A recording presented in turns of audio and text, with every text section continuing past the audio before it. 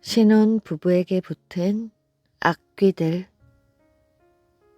청나라의 걸륭 황제는 한 번씩 기분이 좋을 때면 강남을 유람하기도 하였는데 하루는 평복을 하고 작은 도시로 여행을 떠났습니다. 한 마을에 들어서자마자 갑자기 시끌벅적한 소리가 들렸지요.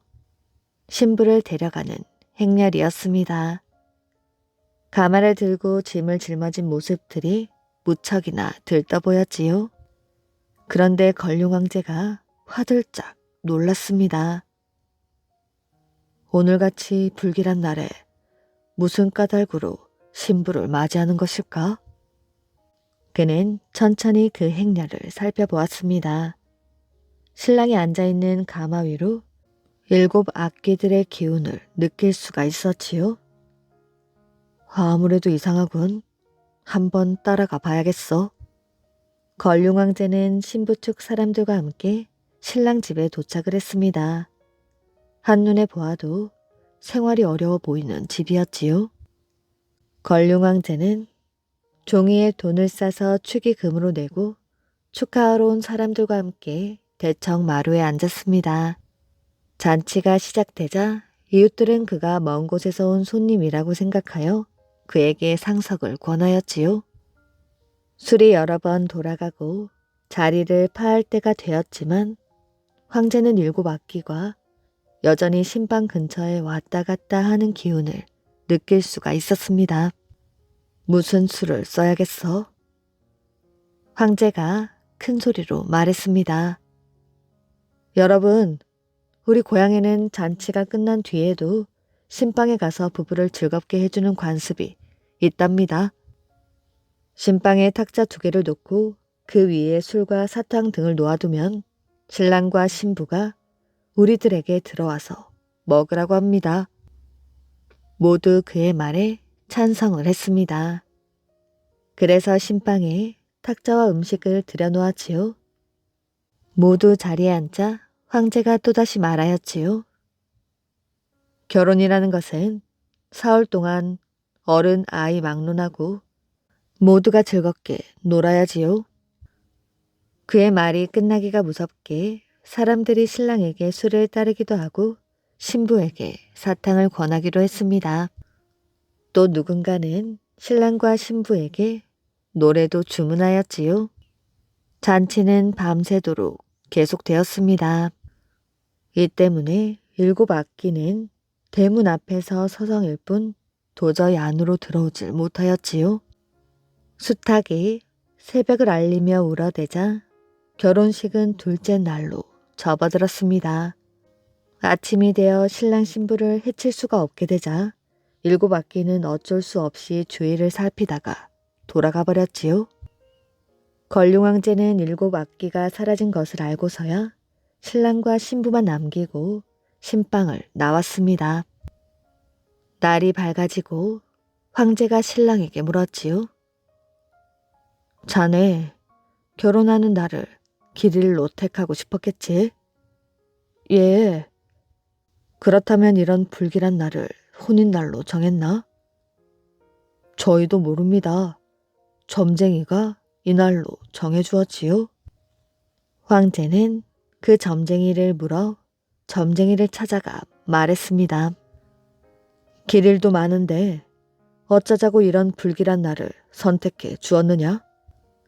점쟁이가 대답하였지요. 불길한 날은 사실입니다마는 분명 신랑이 복이 있어 귀인이 등장하여 그 꼬임을 풀어준다는 점괘가 나와 그날로 택했습니다. 황제는 점쟁이의 점괘가 참으로 영험함을 알고 그에게 은 몇 냥을 쥐어주었습니다. 그 뒤 걸륭 황제가 신방을 찾아가 사악한 길을 없애주었다는 소문이 퍼져나갔습니다. 이때부터 사람들은 신랑과 신부의 안녕을 빌기 위하여 신혼부부가 신방의 촛불을 켤 때 신방으로 들어가 한바탕 놀고 나왔다고 합니다. 관세음보살을 만난 곳. 옛날 도선 국사가 성수산 상이암에서 돌을 깨우치고 송도로 내려갔을 때의 일입니다. 어느 날 도선은 송도에 있는 왕씨 가문을 찾아가게 되었지요. 사랑방으로 들어간 도선국사가 주인에게 말했습니다. 내년에 반드시 귀한 아들을 얻을 것입니다. 그 아이는 예사아이가 아니니 잘 키우십시오. 도선국사가 예언한 대로 다음에 그 집에서는 아들을 얻게 되었습니다. 그 아이가 바로 고려를 세운 왕건이었지요. 왕건의 아버지는 도선국사에게 어린 왕건을 맡겼습니다. 도선국사는 왕건에게 글 공부와 무예를 가르치는 한편 그를 데리고 명산을 찾아 전국을 돌아다녔지요. 그러다가 왕건이 17살 되던 해에는 마침내 임실에 있는 성수산을 오르게 되었습니다. 이때 도선국사가 왕건에게 말하였지요. 이 산에서 정성껏 기도를 드리고 장차 큰 뜻을 이루거라. 왕건은 도선국사의 말에 따라 그곳에서 정성껏 100일 기도를 드렸습니다. 그런데 100일 기도를 드려도 아무런 효염이 없었지요. 왕건은 다시 사흘 동안 기도를 더하고는 계곡에 있는 소에 들어가 목욕을 했습니다. 왕건이 혼자 목욕을 하고 있는데 어디선가 낯선 동자가 나타났지요. 너는 어디 사는 누구니? 네, 제 성은 불가이고 이름 없는 마을에 삽니다. 그런 다음 시 한 수를 읊고는 어디론가 사라져 버렸습니다. 왕건은 그제야 그 아이가 관세음보살인 것을 깨닫고 기뻐하였습니다. 내가 관세음보살을 만나다니? 왕건은 기뻐 어쩔 줄을 모르며 이곳을 환희담이라 이름 지었다고 합니다. 그 세월이 흐르고 흘러 고려 말엽 도서남에 가교 선사가 머물고 있을 때의 일입니다. 하루는 이성계가 이상한 꿈을 꾸었지요. 이성계는 꿈이야도 이상하여 무학대사를 찾아가서 자기가 꾼 꿈의 해몽을 해달라고 부탁했습니다. 이성계의 꿈 이야기를 듣고 난 무학대사가 말하였지요. 이는 필시 임금의 자리에 오를 꿈이니 도서남이 있는 가격선사를 찾아가 기도하며 기다리고 있으시오. 이 말을 들은 이성계는 즉시 도서남으로 가격선사를 찾아가게 되었습니다. 이곳에서 이성계는 100일 동안 정성 들여 기도를 하였지요. 그런데 100일 동안 기도를 했는데도 아무런 응답이 없었습니다.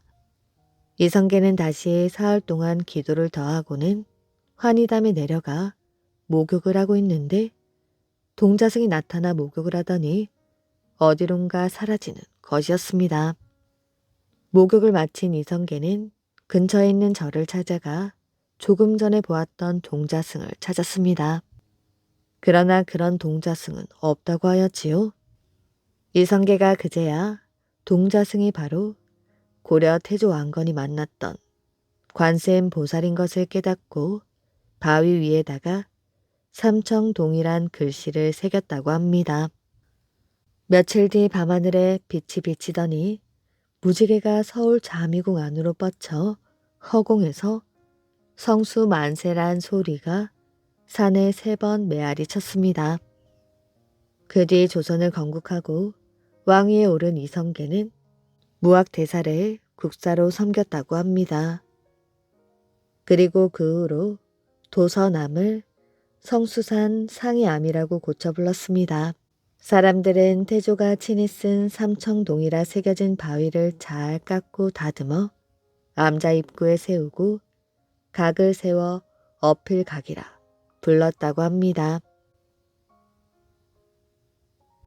자결을 한 어리석은 왕.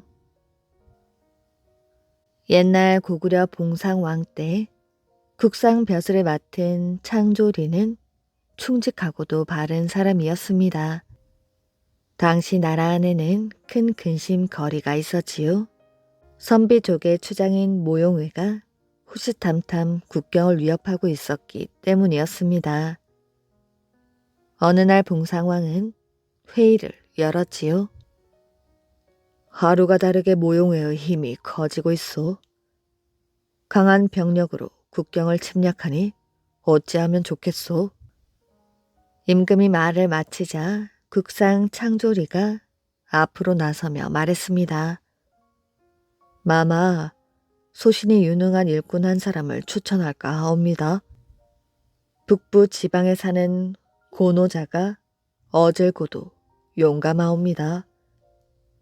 용감한 고노자를 그곳으로 보내어 변방을 맡기시는 게 어떠신지요? 고노자가 그리 용감하단 말이오. 좋소. 그렇게 하겠소. 봉상왕이 고노자를 변방의 태수로 삼아 국경을 지키게 하자 모용에는 다시 침범해 오지 못했습니다. 이처럼 창조리는 인재를 알아보는 눈이 있었던 것이었지요. 봉상왕 9년 때 갑자기 15살 이상 된 남자들을 모두 뽑아 들이라는 왕명이 떨어졌습니다. 그 이유는 궁궐을 크게 짓기 위해서였지요. 어렵게 사는 백성들은 야속한 왕명에 기가 막힐 뿐이었습니다.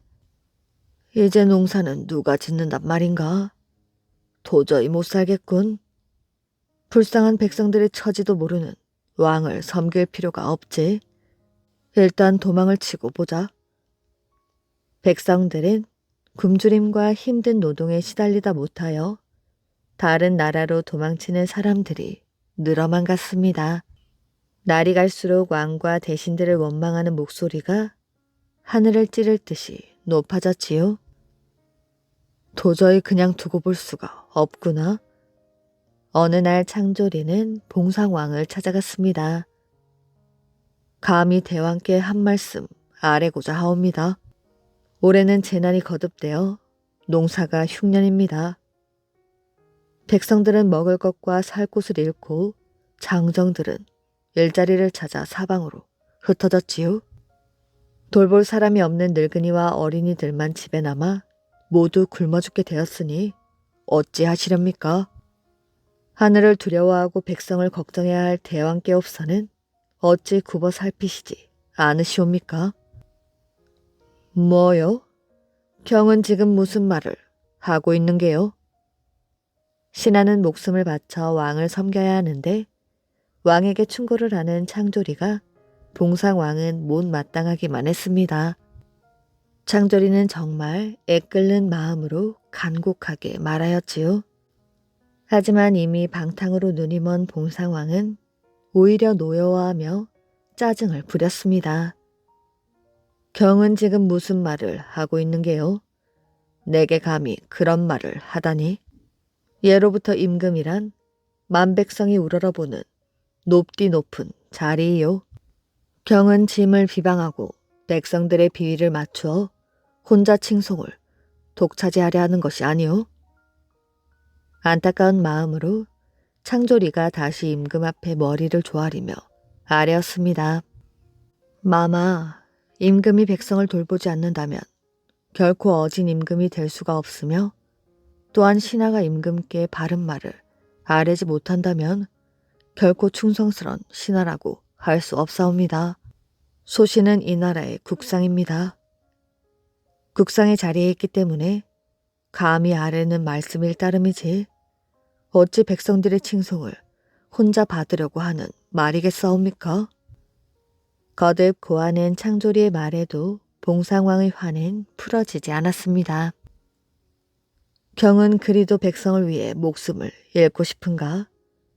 내가 죽여주기를 바라지 않는다면 내 앞에서 2번 다시 그런 불손한 말을 꺼내지 마시오. 봉상왕은 2 눈을 부릅뜨며 창조리에게 호통을 쳤습니다. 썩 물러가시오. 마마, 썩 물러가라는데도 웬 잔말이 그리 많은고? 어쩔 수 없이 창조리는 임금 앞에서 물러나왔습니다. 그 누구보다도 임금님의 고집을 잘 알고 있었기 때문이었지요. 창조리는 며칠 동안이나 방문을 걸고 혼자 깊이 생각에 잠겼습니다. 더 이상 그대로 있을 수는 없었기 때문이었지요. 백성들이 너무 가엾구나. 마침내 창조리는 결단을 내렸습니다. 어려운 결심을 한 그는 여러 신하들과 뜻을 모아 봉상왕을 쫓아낼 계획을 세웠지요. 창조리는 어리석은 임금 때문에 숱한 백성들이 끊임없이 가난과 노역에 시달리는 것을 도저히 볼 수가 없었습니다. 한 나라의 가장 중요한 존재는 백성이라는 것을 그는 잘 알고 있었지요. 자, 이제 모든 준비가 끝났습니다. 드디어 모든 준비를 마친 창조리가 앞장을 서서 봉상왕을 왕위에서 몰아내려고 대궐로 쫓아 들어갔습니다. 그러자 어리석은 임금은 스스로 자결을 하고 말았다고 합니다. 작은 노인과 금. 옛날 어느 늦은 가을날 톰은 양지 바른 곳을 따라 천천히 걷고 있었습니다. 마침 휴일이라 톰은 느긋한 기분이었지요. 그때 갑자기 바로 앞쪽에서 무언가 달그락 거리는 소리를 듣고는 무슨 소리인지 궁금하여 조심스레 다가가 보았습니다. 그의 눈에 들어온 것은 술이 담겨있는 커다란 갈색 주전자였지요. 그리고 그 옆에는 몸집이 아주 작은 노인이 작은 모자를 삐딱하게 쓰고는 조그만 가죽 앞치마를 두른 채 서 있었습니다. 그 노인은 작은 의자를 갈색 주전자 옆으로 바짝 끌어당기고 그 위에 올라가더니 작은 물병을 갈색 주전자에 담그어 술을 한 가득 퍼 올렸습니다. 그리고는 그 작은 물병을 의자 옆에 놓고는 바닥에 앉아 자기에게 꼭 맞는 가죽신에 밑창을 대는 일을 하기 시작하였지요. 그 모습을 지켜보던 톰은 혼자 중얼거리며 말했습니다. 레프러콘이 있다고는 들었지만 믿지 않았었는데 정말 있었군. 자, 이제 어떻게 하면 저자를 잘 이용할 수 있을지 생각해 봐야겠어. 일단 저자에게서 눈을 떼지 말아야지. 사람들이 말하길 잠깐이라도 눈을 떼면 당장 도망간다고 했어. 레프러콘은 자그마한 노인으로 구두와 가죽신을 만든다고 전해지는 요정이랍니다. 톰은 그 작은 노인에게 눈을 고정시킨 채 살금살금 다가갔지요. 안녕하세요. 하시는 일이 다 잘 되시길 바랍니다. 작은 노인이 고개를 들고 대답했습니다. 고맙네. 휴일인데도 이렇게 일을 하시다니 힘들지 않으신가요? 작은 노인은 기분 나쁜 투로 대답했습니다. 남의 일에 신경 쓰지 마시게나. 톰은 작은 노인 곁에 있으려고 계속 이것저것 물어보았습니다. 저기 있는 저 주전자에 뭐가 들어있는지는 말해줄 수 있겠지요? 그야 어렵지 않지. 맛있는 맥주가 들어있다네. 맥주요? 도대체 그걸 어디서 얻었죠? 내가 만들었지. 저건 철쭉꽃으로 만든 맥주라네. 철쭉꽃으로 맥주를 만들었다고요? 에이, 그걸 내가 믿을 것 같아요? 믿건 말건 그거야 자네 마음이지. 그럼 맛을 좀 봐도 되겠지요? 노인은 귀찮다는 듯이 톰을 바라보며 말했습니다. 이복의 젊은이, 바보 같은 질문으로 귀찮게 하지 말고 가서 자네 일이나 보게나. 이리 쓸데없는 말을 하는 동안 저기 소들이 귀리밭으로 들어가 귀리를 죄다 밟고 있지 않나? 놀란 톰은 뒤를 돌아보려고 했지만 눈을 떼는 순간 요정이 사라져 버릴 것이라는 생각이 들었습니다. 톰은 갑자기 요정을 소나기에 꽉 잡았습니다. 그 바람에 주전자에 든 맥주를 전부 엎질러 버리고 말았지요. 톰은 험상궂은 얼굴을 하며 작은 노인에게 금이 어디 있는지 당장 알려주지 않으면 죽여버리겠다고 협박을 하였지요. 그 작은 노인이 금이 있는 곳을 알고 있다고 생각했기 때문이었습니다. 작은 노인은 벌벌 떨며 대답했습니다. 나를 따라 저 들판을 지나가면 금이 든 단지가 있다네. 톰은 노인을 단단히 쥐고 한시도 눈을 떼지 않은 채 따라가 보았습니다. 산자락을 가로지르고 도랑과 늪지를 지나 드디어 금불초 밭에 도착하였지요.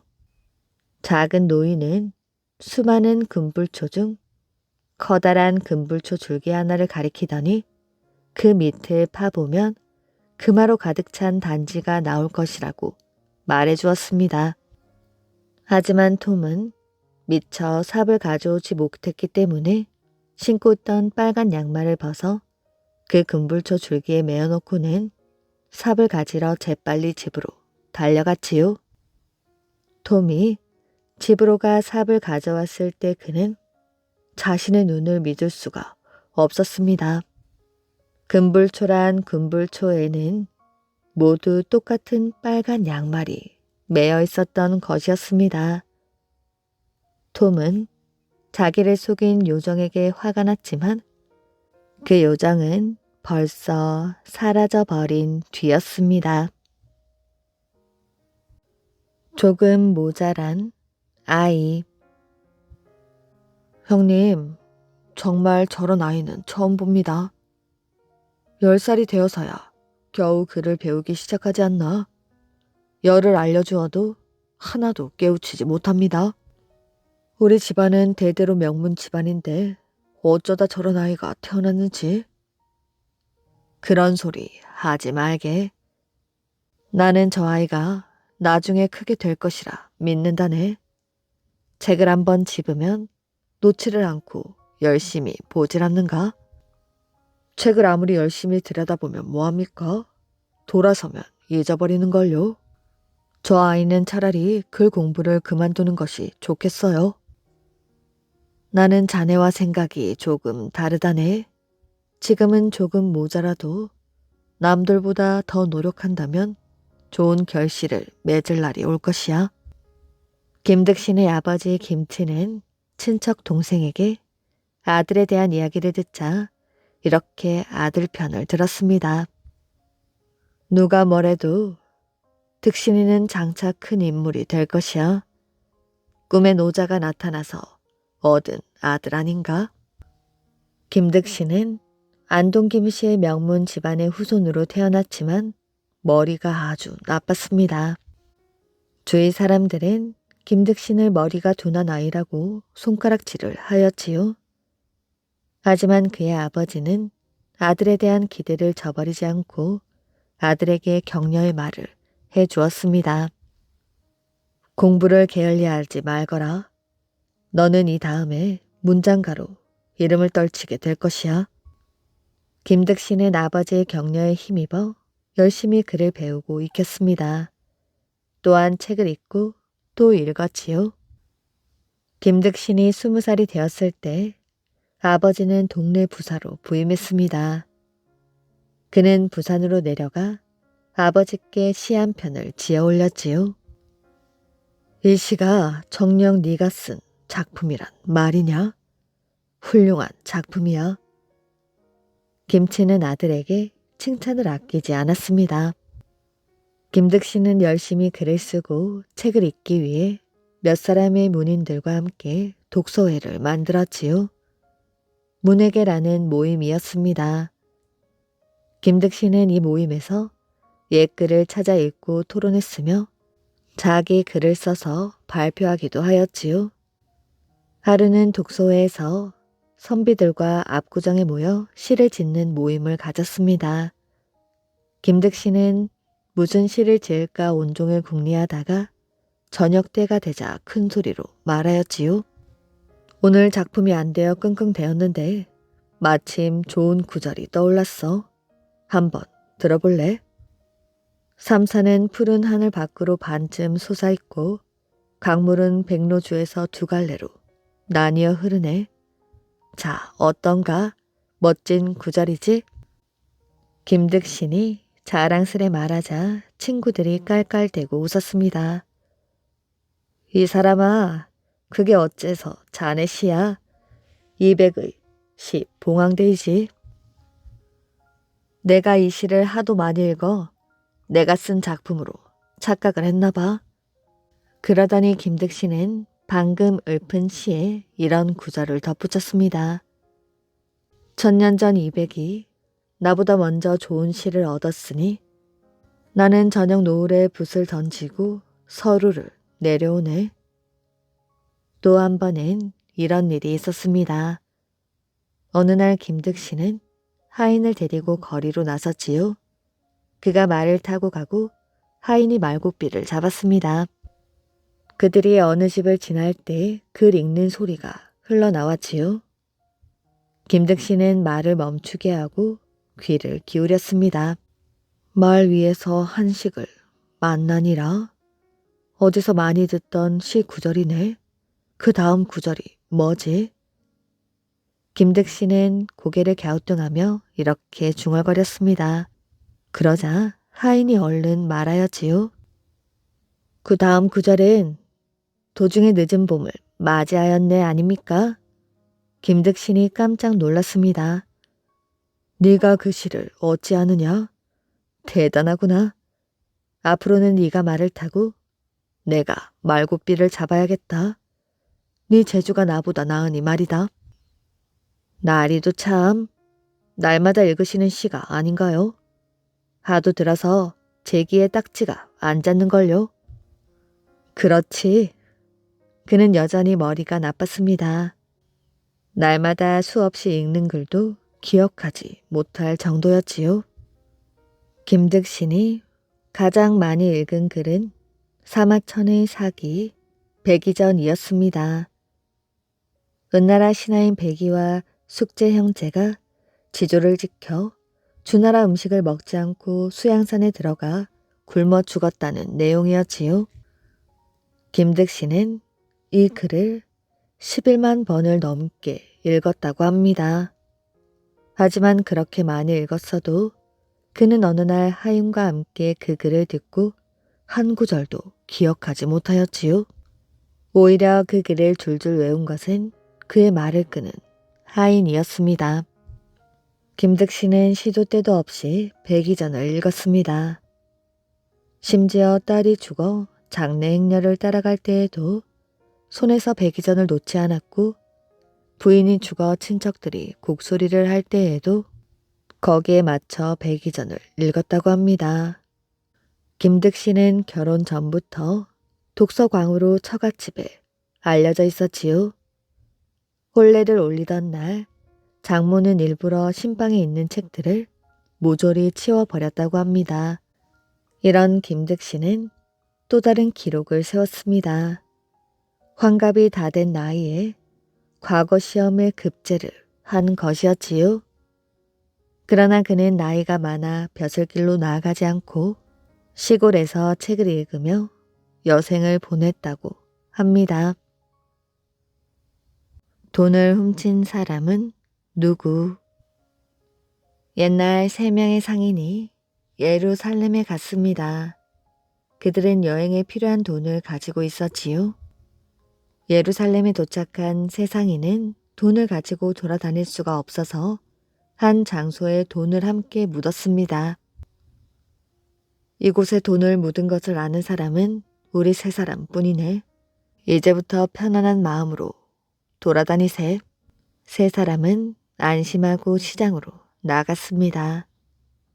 자, 여기서 헤어졌다가 내일 돈을 묻어둔 장소에서 만나자고.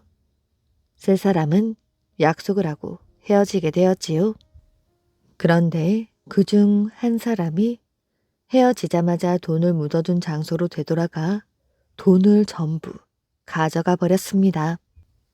다음날 약속 장소에서 만난 세 사람은 깜짝 놀랐습니다. 우리 세 사람 말고 누군가 이곳을 엿보았단 말인가? 우리의 힘으로는 범인을 찾기 힘드니 지혜로운 솔로몬 왕을 찾아가 재판을 요청하는 게 좋겠군. 세 사람은 솔로몬 왕을 찾아가게 되었습니다. 그리고 돈을 잃어버린 이야기를 자세하게 아뢰었지요. 이야기를 모두 듣고 난 솔로몬 왕은 얼굴을 찌푸렸습니다. 그대들은 내가 아주 바쁠 때 찾아왔구려. 나도 마침 골치 아픈 일을 가지고 생각 중이었는데 당신들이 그 문제를 먼저 해결해 주구려. 마마, 저희가 어찌 어려운 문제를 해결할 수가 있겠습니까? 어려운 문제가 아니오. 내 얘기를 들어보고 내가 묻는 말에 대답이나 해주오. 왕의 이야기는 다음과 같았습니다. 어떤 젊은 아가씨와 청년이 결혼을 약속하였지요. 그런데 결혼 날짜가 하루하루 다가오자 어느 날 갑자기 아가씨가 결혼을 못하겠다고 했습니다. 남자가 그 이유를 물었더니 아가씨가 다른 남자를 사랑하게 되었다는 것이었지요. 아가씨는 부자여서 청년에게 대신 위자료를 주겠다고 했습니다. 그러나 청년은 위자료 같은 것은 필요 없다고 하였지요. 그런데 그 후 아가씨는 어떤 노인에게 납치를 당하고 말았습니다. 아가씨의 재산을 노린 것이었지요. 아가씨는 노인에게 애원했습니다. 저는 한 청년과 결혼하기로 했다가 파혼을 했습니다. 그런데 그 사람은 위자료도 받지 않고 나를 자유롭게 해주었지요. 그러니 아저씨도 저를 좀 풀어주십시오. 그러자 노인은 아가씨를 풀어주었습니다. 이야기를 마친 솔로몬 왕이 세 사람에게 물었지요. 이 이야기에서 나오는 사람 중 누가 가장 칭찬을 받아야 되겠소? 나는 그것이 매우 궁금하오. 첫 번째 남자가 말했습니다.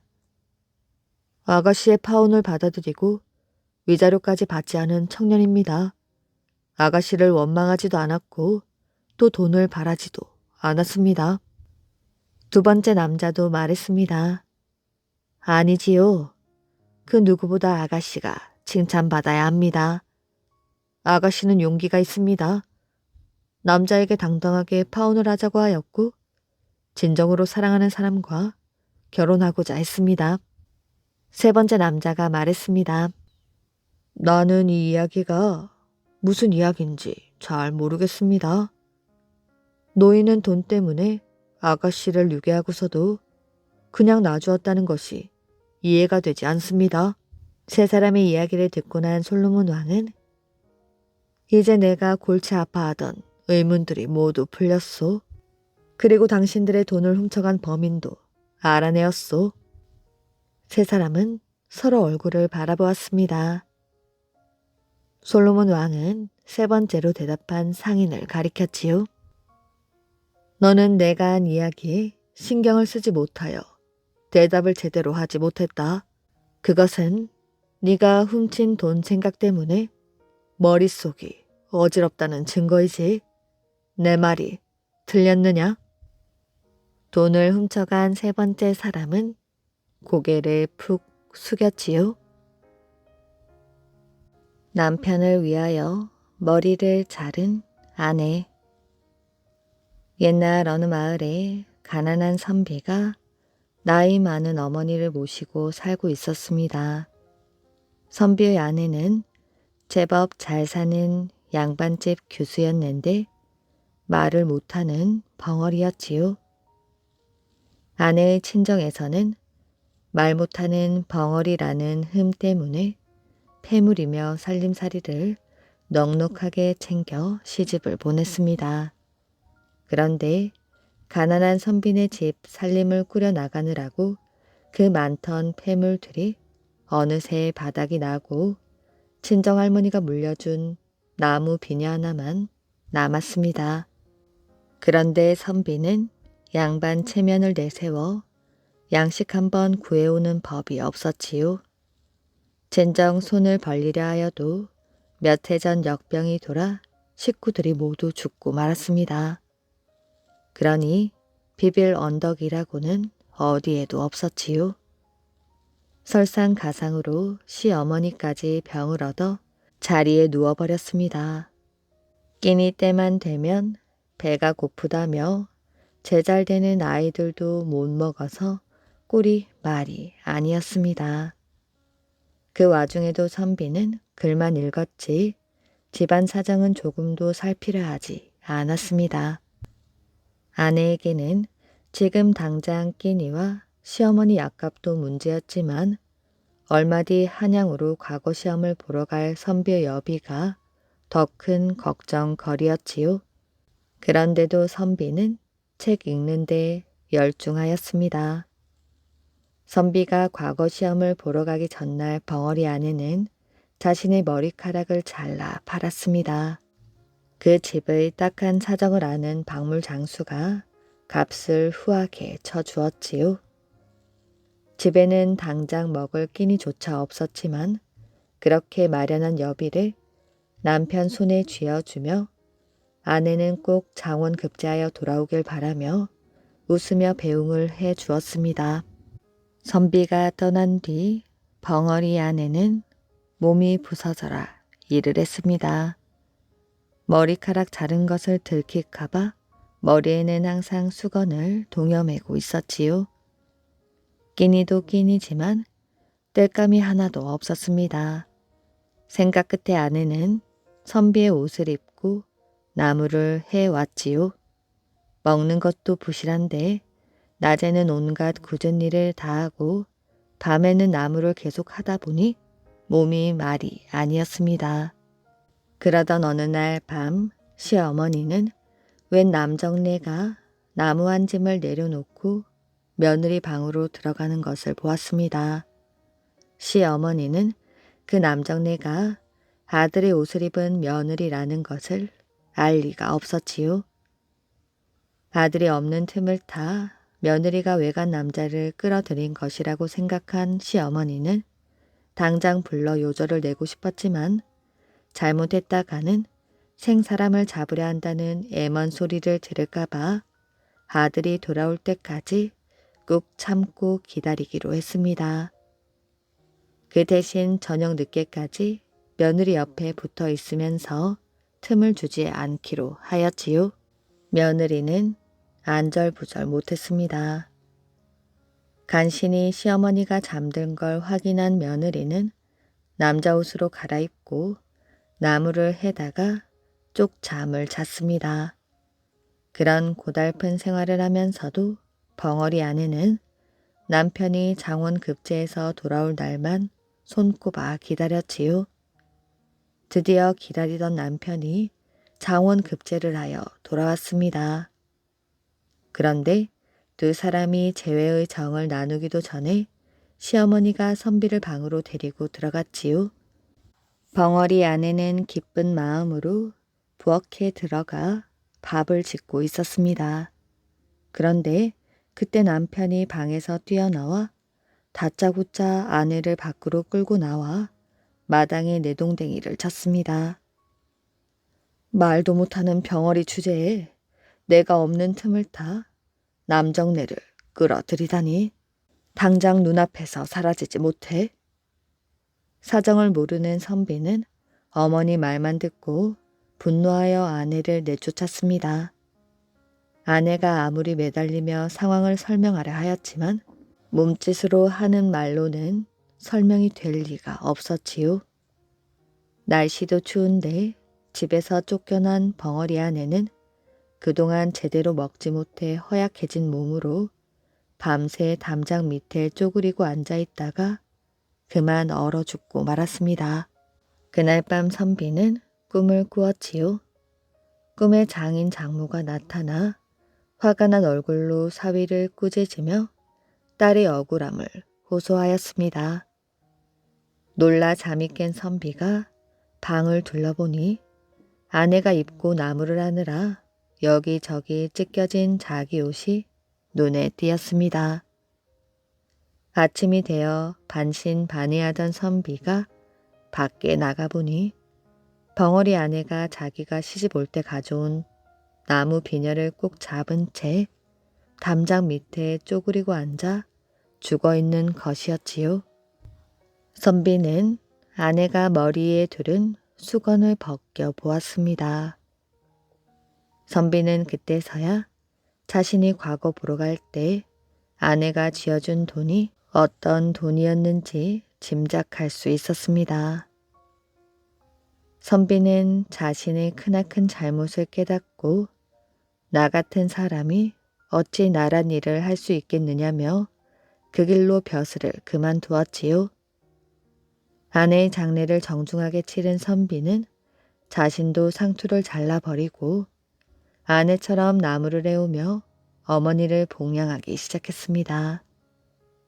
그러던 어느 날 나무를 해 지고 오다 보니 아내가 죽었던 자리에 나무 한 그루가 자라고 있었습니다.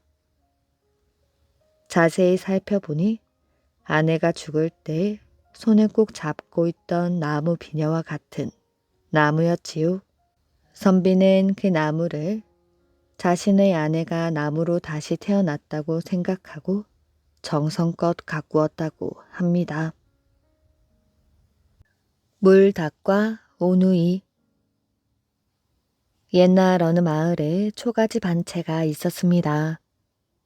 이 집에는 아버지 어머니가 오누이를 키우면서 행복하게 살았지요. 아버지는 농사를 짓고 어머니는 길쌈을 했습니다. 아들은 서당에 다니고 딸은 재롱을 부리는 나이였지요. 오누이의 집에서는 웃음소리가 끊이질 않았답니다. 그러던 어느 날 칼을 들고 검은 옷을 입은 도둑이 들었지요. 도둑은 아버지를 죽이고 어머니를 끌고 갔습니다. 더군다나 집까지 불을 질렀지요. 불 붙은 집에서 겨우 빠져나온 오누이는 하루아침에 고아가 되었지요. 슬픔에 잠긴 오누이는 울고 또 울었습니다. 오누이는 두 주먹을 불끈 쥐었지요. 우리 부모님의 원수를 꼭 갚고 말겠다. 다음 날 뒷동산에 아버지를 묻고 작은 움막을 지었습니다. 밤낮으로 칼쓰기 훈련을 시작하였지요. 오누이의 결심은 대단했습니다. 오누이의 사정을 알게 된 산속 짐승들은 앞을 다투어 찾아왔지요. 맨 먼저 호랑이가 찾아오고 곰이 찾아왔습니다. 온갖 새들도 찾아왔지요. 바다에 사는 철새들도 찾아와 먹을 것을 놓고 갔습니다. 오누이는 호랑이를 타고 칼 쓰는 훈련을 하였지요. 곰과 함께 바닷가에 내려가 노젓는 연습도 하였지요. 마을 사람들은 흉악한 도둑이 언제 다시 올지 몰라 두려움에 떨었습니다. 그러면서도 오누이를 도우려고 먹을 것을 갖다 주었지요. 오누이는 끌려간 어머니를 생각하며 울었습니다. 그때 까치가 날아와 알려주었습니다. 얘들아, 기운내. 어머니는 살아계시단다. 앵무새는 머리맡에 앉아 옛날 이야기도 들려주었지요. 어느 날 아침 호랑이는 오누이를 업고 높은 산과 골짜기를 번개처럼 달려 어머니를 찾아갔습니다. 매가 앞장서서 날며 길잡이를 해 주었지요. 호랑이는 험한 산을 99곡에나 넘었습니다. 도둑의 소굴은 으슥한 골짜기에 있었는데 돌담이 빙빙 둘러져 있었지요. 그 돌담이 어찌나 높은지 하늘에 닿을 것 같았습니다. 날쌘 호랑이는 높은 담장을 바람처럼 가볍게 날아 넘어갔지요. 마침 도둑은 어디로 갔는지 없었습니다. 담장 안을 둘러보니 괴물처럼 보이는 큰 굴이 있었지요. 호랑이는 오누이를 데리고 굴 속으로 들어갔습니다. 굴 안에서 낯익은 소리가 들려왔습니다. 오누이는 소리가 나는 쪽으로 걸어가 보았지요. 가까이 가보니 힘겹게 내리치는 절구 소리였습니다. 오빠, 저 소리는 어머니가 찢는 절구 소리예요. 오누이가 호랑이 등을 두드리자 날렵하게 달려갔습니다. 굴 구석에 쇠창살 안에 어머니가 절구질을 하고 있었지요. 어머니, 너희들이 어떻게 여기까지 왔느냐? 어머니, 그동안 칼 쓰는 연습을 했습니다. 제 손으로 도둑을 잡고 어머니를 구해드리겠어요. 아니다. 여기서는 아무리 칼을 잘 써도 도둑놈을 죽일 수 없단다. 이 도둑놈은 목숨을 먼 바다 섬 속에 두고 있단다. 거기 가서 그 목숨을 죽이기 전에는 아무리 칼을 써도 죽지 않는단다. 그곳에 가려면 백기를 막는 폭풍과 사나운 물고기들을 헤쳐나가야 한단다. 불붙은 바다도 지나야 하고. 저희가 해보겠어요. 어머니, 그 섬이 어디예요? 불바다를 지나면 섬이 있는데 그 섬에는 무서운 짐승들이 있단다. 섬 한가운데 깊은 호수가 있는데 그 속에 물닭이 있지. 물닭의 뱃속에 알이 있고 그 알 속에 도둑의 목숨이 숨어 있단다. 어머니, 알겠어요. 어떻게든 도둑을 잡고 말겠어요.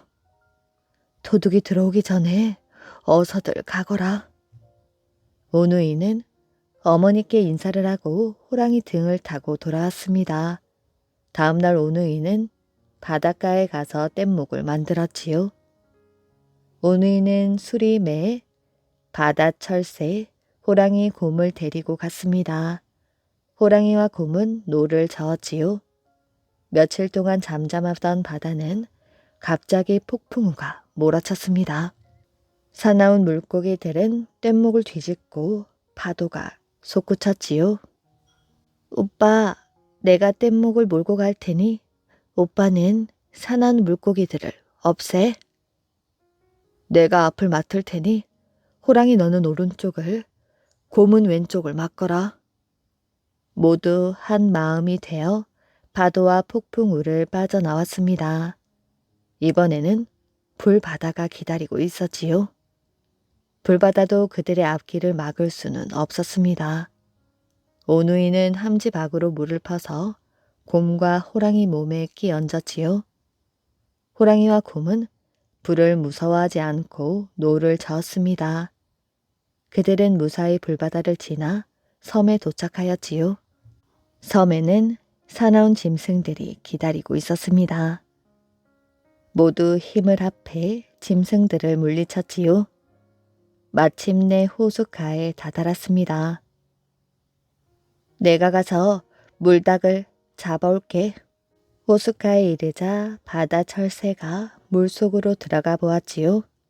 공격을 받은 물닭이 물 위로 올라왔습니다. 그때 수리와 매가 물닭의 날개를 물어뜯었지요. 물닭은 안간힘을 쓰다가 도망을 쳤습니다. 그 바람에 뱃속에 있던 알이 빠져나와 물속으로 떨어졌지요. 얼른 물속으로 들어가 주먹만한 알을 가지고 나왔습니다. 오빠는 알을 넓적한 바위 위에 올려놓고 커다란 돌멩이로 내리쳤습니다. 알은 끄떡도 하지 않았어요. 오빠, 안 되겠어. 나에게 알을 죽이는 방법이 있어. 어서 집으로 가지고 가자. 오누이와 짐승들은 서둘러 집으로 돌아왔습니다. 집에 돌아온 오누이는 가마솥에 기름을 펄펄 끓였지요. 알을 가마솥에 집어넣자 빙글빙글 돌더니 스르르 녹아버렸습니다. 오누이는 급히 도둑의 소굴로 찾아가 보았습니다. 기운을 잃은 도둑은 마지막으로 어머니를 죽이려고 하였지요. 그 순간 오누이가 나타나 어머니 앞을 가로막았습니다. 이 나쁜 도둑놈아, 내 칼을 받아라. 오빠는 칼을 휘둘러 도둑의 목을 베어버렸습니다. 오누이는 도둑이 훔쳐간 물건들을 모두 가난한 사람들에게 나누어 주었지요. 그리고 어머니를 모시고 나와 행복하게 잘 살았다고 합니다. 원숭이가 된 부부. 옛날 어느 마을에 구두쇠 영감 부부가 살고 있었지요. 어찌나 구두쇠 짓을 하는지 마을 사람들 모두 손가락질을 하였습니다. 그래도 영감은 눈 하나 깜짝하지 않았지요. 어느 날 저녁 영감 부부가 밥을 먹는데 웬 거지가 밥을 빌러 왔습니다. 영감은 수저를 내던지며 노발대발하였지요. 하녀를 불러 거지를 내쫓으라 일렀습니다. 이런 재수없게 웬 거지람, 당장 쫓아버려라. 하녀는 아주 못생겼으나 마음이 너무 착하였지요. 영감 몰래 자기 몫의 저녁밥을 거지에게 주며 공손하게 말했습니다. 변변치 않지만 받아주십시오. 주인님을 대신하여 사과를 드리겠습니다. 거지는 감격하여 눈물을 흘리며 말했습니다. 며칠 뒤 아가씨는 산에 가야 할 일이 생길 것입니다. 동북쪽으로 10리쯤 걸으면 시냇물이 나올 것인데 그 물에 목욕을 하십시오. 좋은 일이 생길 것입니다. 신기하게도 며칠 뒤 영감 부인은 하녀에게 산나무를 캐오라 일렀지요. 하녀가 산에 가니 거지의 말대로 정말 시냇물이 나타났습니다. 하녀는 목욕을 하고 산나무를 뜯어 집으로 돌아오게 되었지요. 그런데 다음 날부터 하녀는 몰라보게 아름다워지기 시작했습니다. 총각들이 가슴을 태우더니 부자와 귀족의 아들들이 줄지어 청혼을 해온 것입니다. 영감의 부인은 하녀가 몹시 부러웠지요. 그래서 하녀에게 그 비결을 물어보았습니다. 하녀는 숨김없이 말해주었지요. 영감 부부는 뜰 듯이 기뻐하며 산으로 달려가 보았습니다. 물이 얼음장보다 차가운데도 꾹 참고 목욕을 하였는데 온 몸이 간지러워 견딜 수가 없었지요. 박박 긁었더니 몸이 부어오르면서 털로 뒤덮이고 말았습니다. 영락없는 원숭이 꼴이 되고 말았지요. 영감 부부는 하녀가 자기들을 속였다면서 분통을 터뜨렸습니다. 그들은 하녀를 죽일 마음으로 집으로 달려갔지요. 그것도 모르고 하녀는 영감 부부가 언제 오나 기다리고 있었습니다. 그런데 난데없이 갑자기 거지가 나타나더니 말을 하였지요. 어서 대문에 숯불을 피워 놓으시오. 그렇게 하지 않으면 목숨을 잃을지도 모릅니다. 하녀는 얼떨결에 거지가 시키는 대로 하였지요. 이때 원숭이 2마리가 대문을 박차고 들어오다가 숯불 위로 엉덩방아를 찧었습니다. 뜨거워 펄펄 날뛰는데 엉덩이는 벌써 빨갛게 익어버렸지요. 이 일이 있은 이후로 원숭이 엉덩이는 빨갛게 되었다고 합니다. 이야기 재미있게 잘 들으셨나요? 오늘의 이야기는 여기까지입니다. 오늘도 이야기를 들어주셔서 정말 감사합니다. 오늘도 편안한 밤 되시길 바랍니다.